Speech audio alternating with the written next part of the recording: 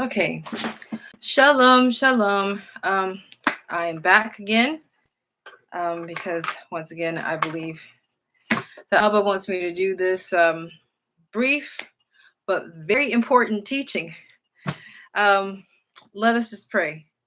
Dear Heavenly Father, Yahuwah, I pray that you would be glorified in this message that's being given. May it touch the minds and hearts of those who listen.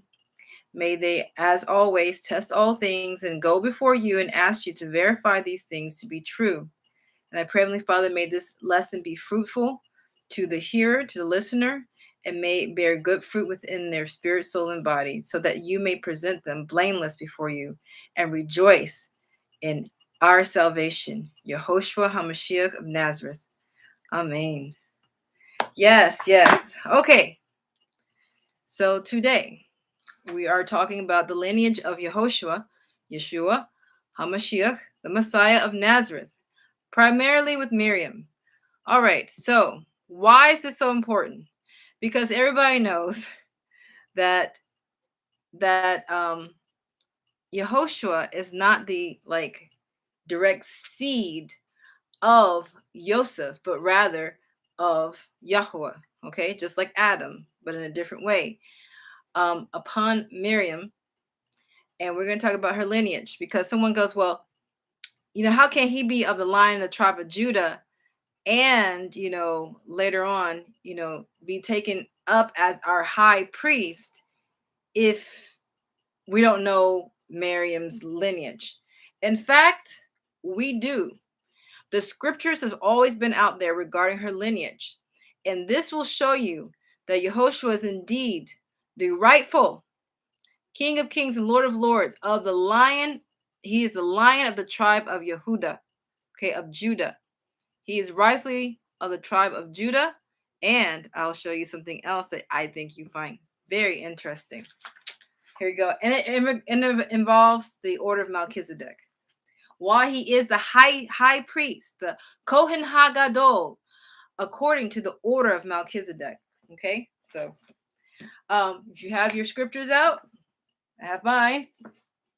Please, let's turn to Luke chapter 1. Okay, Luke chapter 1 mentions about Miriam. And remember, okay, let's see what verse we're going to look at. Okay, remember Elizabeth or Elisheba in Hebrew conceived Yochanan the Immerser, or John the Baptist. Okay, so let's start at verse 24. It reads, and after those days, his wife, Elisheba, that's Elizabeth, conceived and hid herself 5 months, saying, thus has Yahweh dealt with me in the days wherein he looked on me to take away my reproach among men. And in the 6th month, okay, the 6th month of her pregnancy, in the 6th month, the angel Gabriel was sent from Elohim unto the city of Galilee, named Nazareth, to a virgin espoused to a man whose name was Joseph, of the house of David. And the virgin name was Miriam. And the angel came in unto her and said, hail, you that are highly favored, O Yahweh is with you. Blessed art you among women. And when she saw him, she was troubled at his saying, and cast in her mind what manner of salutation this should be. And the angel said unto her, fear not, Miriam, for you have found favor with Elohim. And behold, you shall conceive in your womb and bring forth a son, and shall call his name Yahoshua. He shall be great, and shall be called the Son of the Highest. And Yahweh Elohim shall give unto him the throne of his father David, and he shall reign over the house of Yaakov forever, and of his kingdom there shall be no end. Okay? Now, keep in mind, well, actually, I'll go ahead and read some more. Continuing on verse 34. Then said Miriam unto the angel, how shall this be, seeing that I know not a man? And the angel answered and said unto her, the Ruach HaKodesh shall come upon thee, and the power of the highest shall overshadow thee. Therefore also that holy thing which shall be born of thee shall be called the Son of Elohim. And behold, your cousin Elisheba, Elizabeth, she has also conceived a son in her old age, and this is the 6th month with her, who was called barren. For with Elohim nothing shall be impossible. Okay, so I'm going to stop right there at verse 37. So I read starting at verse 24 to 37. Now we understand from that text that Miriam is indeed the cousin of Elizabeth, or Elisheba. Likewise, Elisheba is the cousin of Miriam. Now, who is Elisheba, and what does it speaks about her lineage? Let's look at Luke chapter 1, verse 5. And there in the days of here it says Hordos, but Herod, the king of Yehuda, a certain priest, okay, Kohen, priest, named Zachariah, of the course of Abijah or Abijah, okay. This is a lineage. Abijah is a descendant of Aharon. So this is the lineage of the high priest. Okay, Zechariah is a lineage of Abijah, who is of Aharon. Of course, those are where the high priests come from in the Levitical order. And his wife was of the daughters of Aharon. Okay, and her name was Elisheba. Okay, so let's keep in mind, Elisheba is Elizabeth. She too is a daughter of the lineage of Aharon. She is of the lineage of the high priest.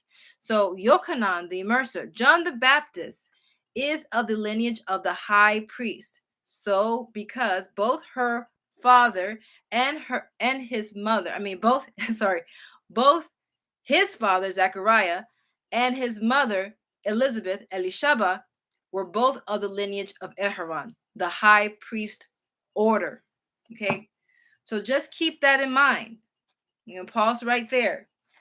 So we know if that's her cousin, Miriam is definitely has the lineage of the high priest. She definitely has the lineage of Aharon in her DNA.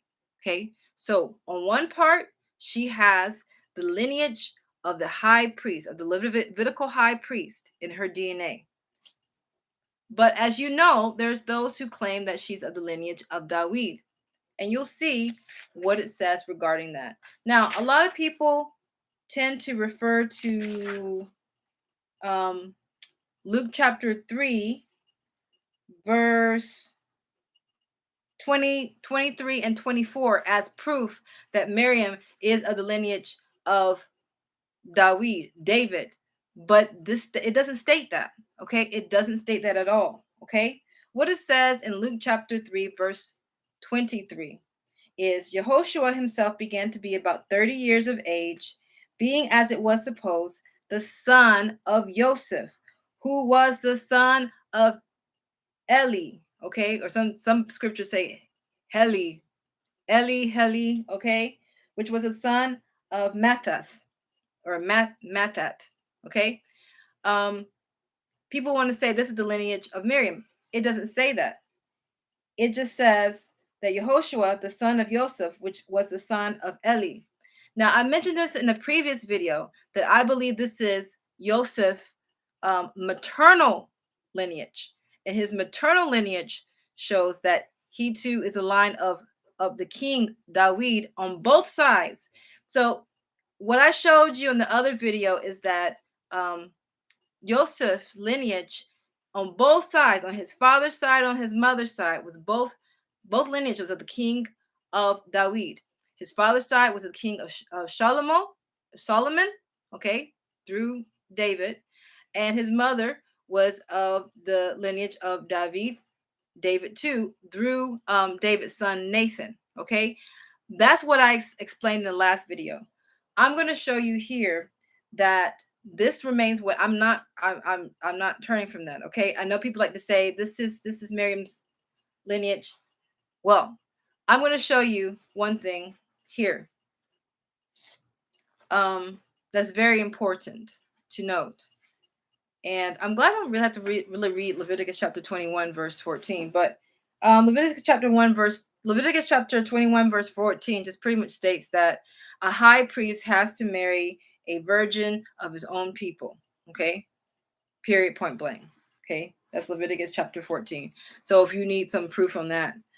Now, where we really find out that Miriam is indeed has not only both the high priest lineage in her DNA of the Levitical priesthood, but she also has the lineage of King David, is found in the Gospel of James. Okay? The Gospel of James will show you this lineage. So, for those who have it, if you have this particular His Word Scriptures compiled by Jediah Melech, you should see it and you should have it. This was completely translated from the original Hebrew. Okay, as I said before, I asked him, it was all translated from the original Hebrew. So if you have any questions, feel free to email him, and let's continue. Okay, here's the Gospel of James.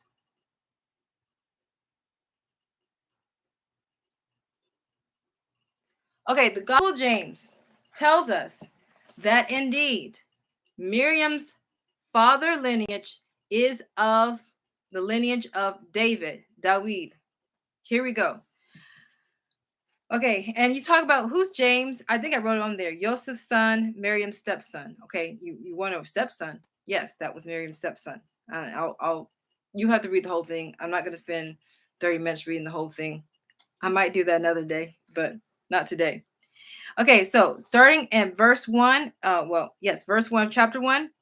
In the histories of the 12 tribes of Israel, it is written that there was one Jehoiakim, exceeding rich, and he offered his gifts twofold, saying, that which is of my superfluity shall be for the whole people, and that which is for my forgiveness shall be for Yahweh, for a propitiation unto me. Okay, so he too was without child for a very long time. He wanted to have a child. Okay, let's continue reading. And Jehoiakim was sore grieved. I'm sorry. Verse 2. Now the great day of Yahweh drew near, and the children of Israel offered their gifts. And Reuben stood over against him, saying, it is not lawful for you to offer your gifts first, for as much as you have gotten no seed in Israel. And Jehoiakim was sore grieved, and went unto the record of the 12 tribes of the people, saying, I will look upon the record of the 12 tribes of Israel, whither I only have not gotten seed in Israel. And he searched and found concerning all the righteous that they have raised up seed in Israel. And he remembered the patriarch Abraham, and how in the last days Elohim gave him a son, even Isaac. And Jehoiakim was sore grieved, and showed not himself to his wife, but betook himself into the wilderness, and pitched his tent there, and fasted 40 days and 40 nights, saying within himself, I will not go down either for meat or for drink until Yahweh my Elohim visit me, and my prayer shall be unto me meat and drink.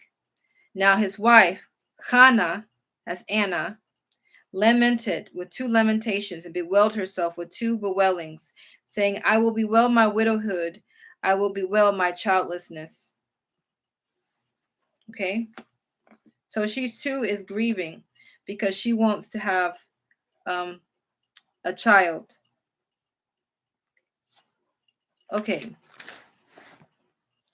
I'm going to continue on here.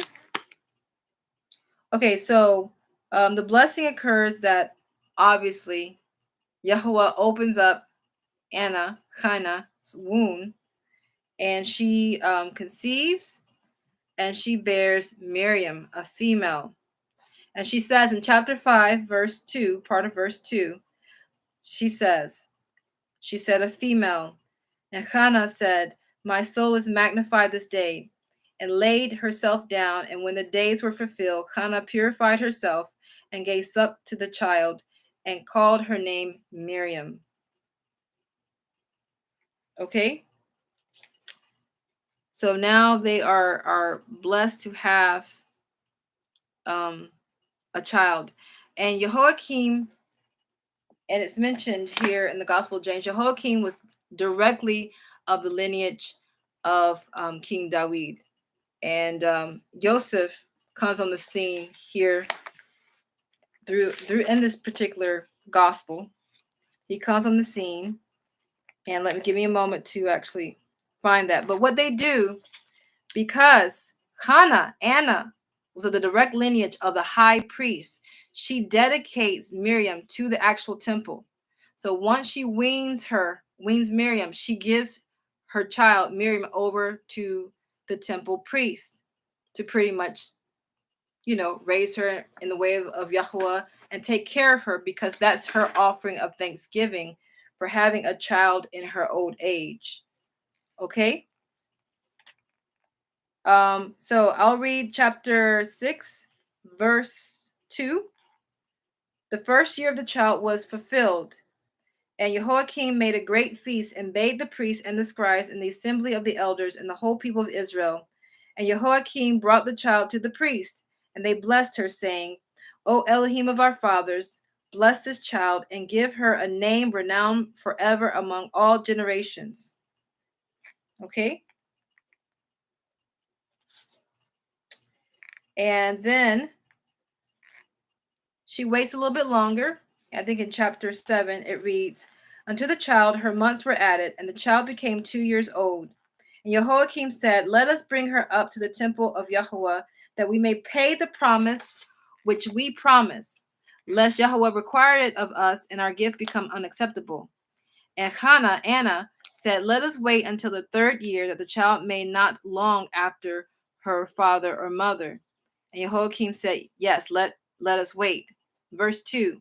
And the child became 3 years old. And Jehoiakim said, Call for the daughters of the Hebrews that are undefiled, and let them take every one a lamp, and let them be burning, that the child turn not backwards, and her heart be not taken captive away from the temple of Yahuwah. And they did so until they were gone up into the temple of Yahuwah. And verse 3, and the priest received and kissed her and blessed her and said, Yahuwah has magnified your name among all generations. In thee, in the latter days, shall Yahuwah make manifest his redemption unto the children of Israel. And he made her to sit upon the 3rd step of the altar. And Yahuwah put grace upon her, and she danced with her feet, and all the house of Israel loved her. Okay? So in chapter 8, we see that Miriam was in the temple of Yahuwah. Okay, she received food there, and she stayed there for 9 years of her life until she got to the point of the time of menstruation. And then the priests were like, okay, she's getting to that age now, and we can't keep her.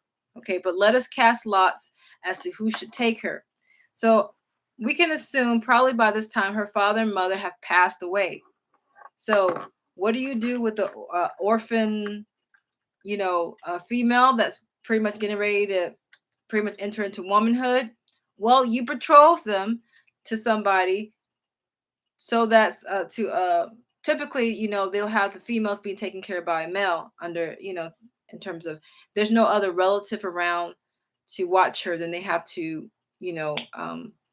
essentially in this case betroth her to somebody, as a man who would therefore take care of her for the rest of her life, so that she's not,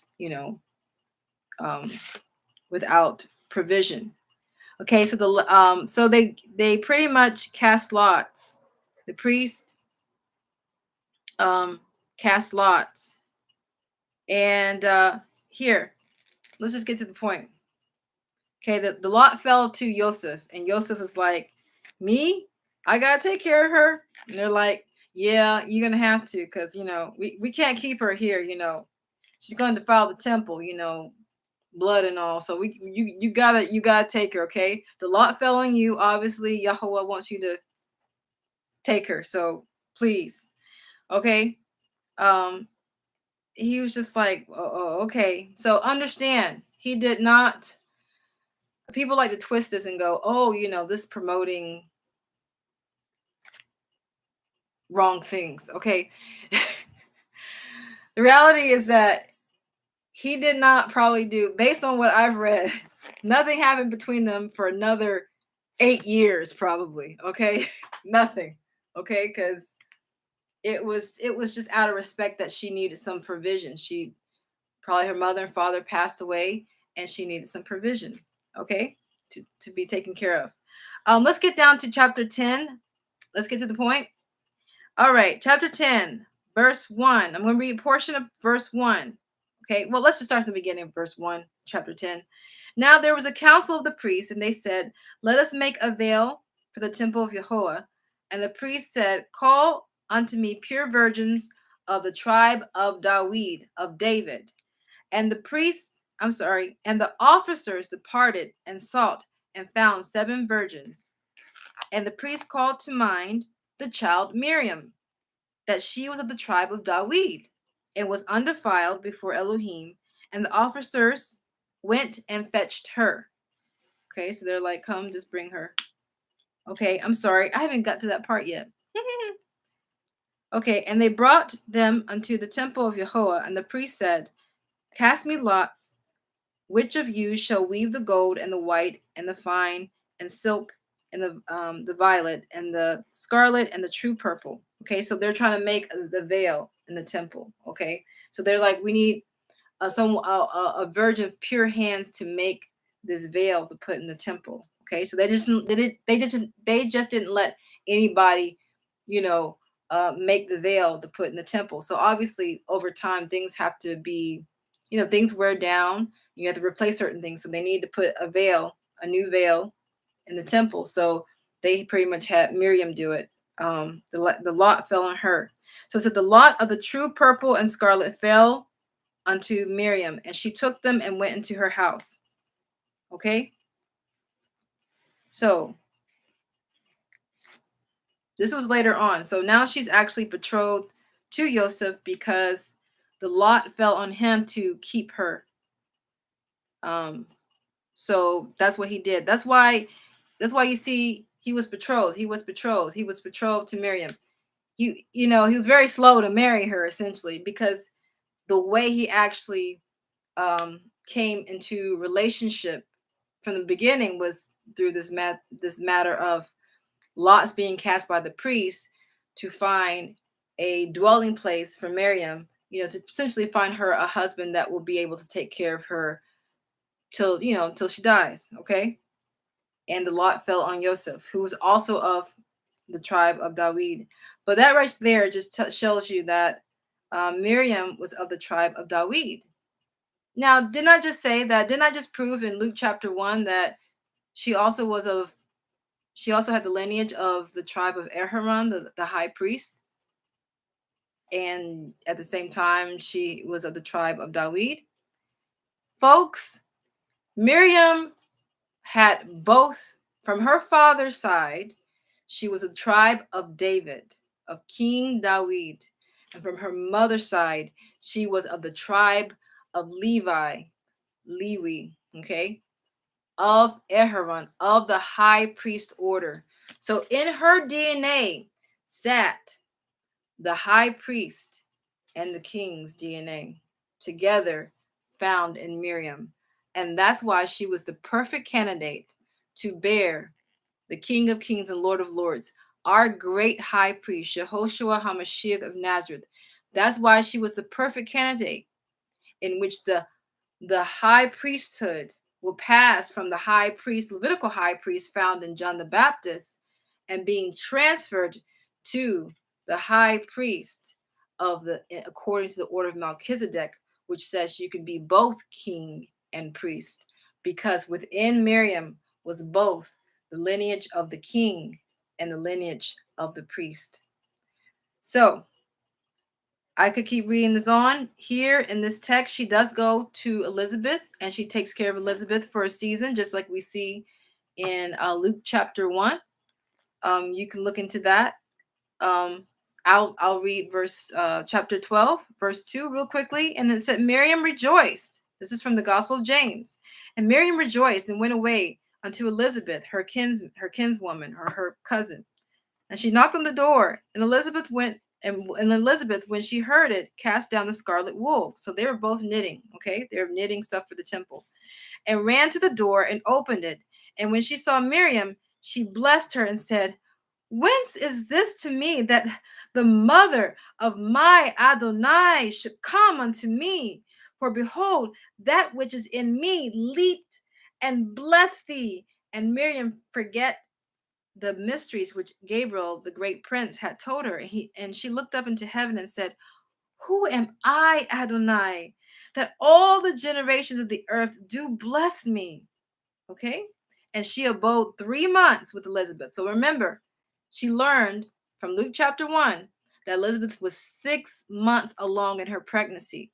So she stayed with Elizabeth until she had given birth to Yochanan, John the Baptist. So Miriam was with Elizabeth to pretty much be a doula and a midwife until Elizabeth gave birth to Yochanan, John the Baptist, and then she went back to her place. Okay. So it says in verse 3 of chapter 12 of the Gospel of James, and I can show you right here if you have any questions. Okay. And it reads, "She abode 3 months with Elisheba," that's Elizabeth, "and day by day her womb grew. And Miriam was afraid and departed unto her house, and she hid herself from the children of Israel." Okay. Now she was 16 years old when these mysteries came to pass. Okay, so it tells you the age in which she conceived of the Holy Spirit, of the Ruach HaKodesh. Okay, this was 4 years later after she was taken out of the temple, betrothed unto Joseph, so she has a place to stay because, as I said, her father and mother probably had already passed away. And so what the priest of the temple did was cast lots, and the lot fell to Joseph to take her and to take care of her for the rest of her life.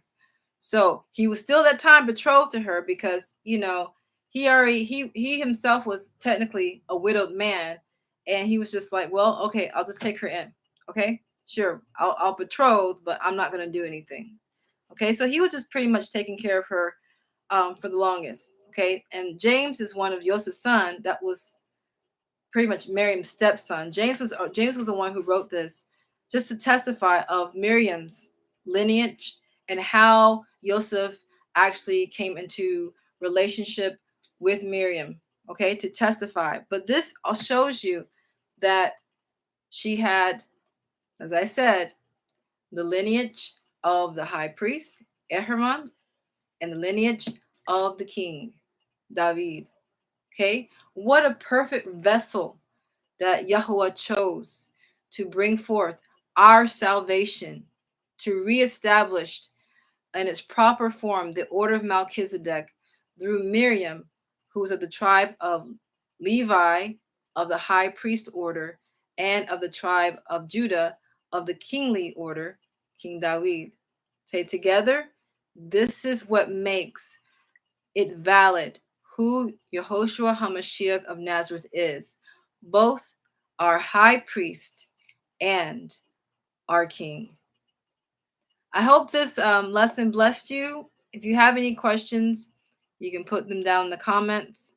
Please be respectful.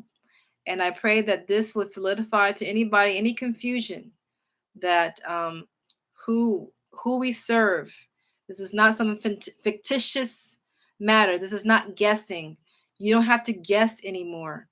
Miriam is of both the tribes of Judah and the tribes of Levi, both of the high priest and of King David. So be confident in the lineage and the validity of Yahoshua HaMashiach. Yahweh knows what he's doing, and he knew that she was the most perfect vessel to do this through. Okay? So give all glory to him for whom we serve, from whom we love, and who loves us very much. I hope you have a blessed Shabbat Shalom for those who are still doing Shabbat. It's still Shabbat here. So have a blessed Shabbat Shalom. And I'll see you whenever he tells me to do another teaching. All right. Bye. Shalom. Shalom.